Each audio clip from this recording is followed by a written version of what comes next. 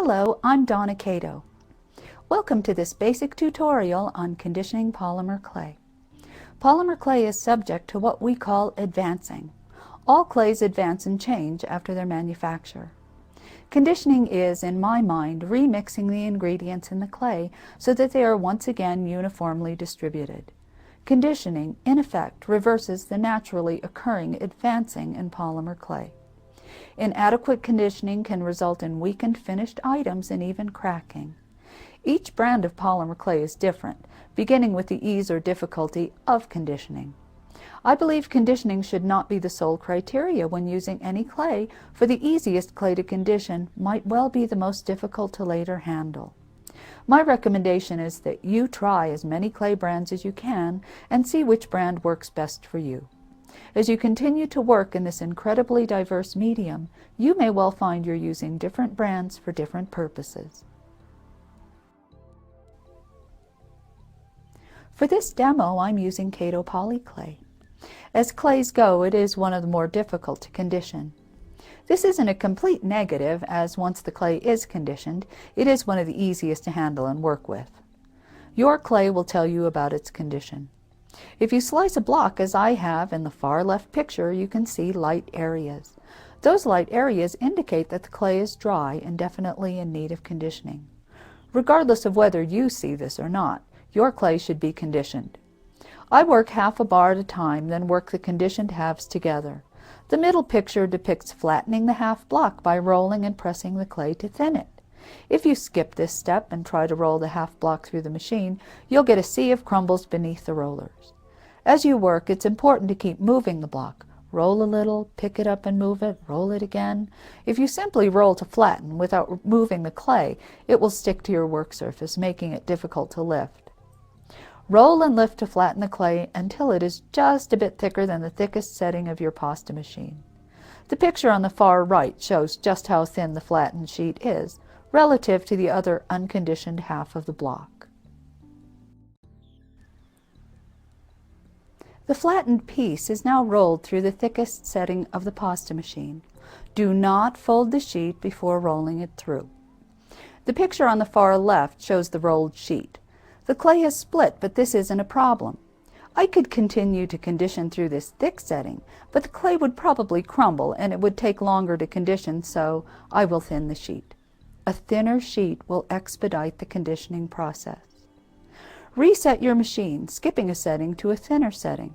The thickest setting on my atlas is 1, so I've reset and rolled the sheet through 3, as you can see in the middle picture. Once again, don't fold the sheet before rolling it through. To expedite the conditioning process further, let's make the sheet even thinner. Reset your machine to 5. Don't fold the sheet, roll it through. The thinner sheet is depicted in the far right picture. In extreme cases, when the clay is very, very dry, you could even thin it further. Gently pick up the thinned sheet and fold it. Place the fold on the rollers of your pasta machine, still set on setting 5, and roll through. Here you see the sheet being folded, and as it appears after rolling through. It has split and cracked, but don't trim this away. Try to keep it all in one single piece. These two pictures show what the clay looks like after folding and rolling about 10 times through the machine. The close-up shows the surface of the sheet. The little holes and streaking along with its dull appearance tell me I need to condition more. In order to soften the clay, I'm going to add some liquid clay. Now, this isn't always required, but from experience, I know this clay needs the addition of a clay softener. I'm conditioning Cato Poly Clay, so I'm adding Cato Clear Medium because they share the same basic chemical composition. When adding any liquid clay, add a small quantity, fold the sheet over the liquid, and work it in by folding and rolling through the machine. If you add too much at one time, the clay may slip on the rollers and not roll through at all, so it's best to add small quantities as needed. You can add liquid clay or a clay softener at any time during this folding and rolling process.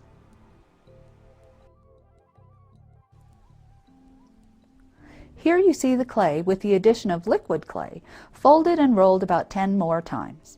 The surface is much more regular and smooth, and when I pick it up, it feels soft and supple.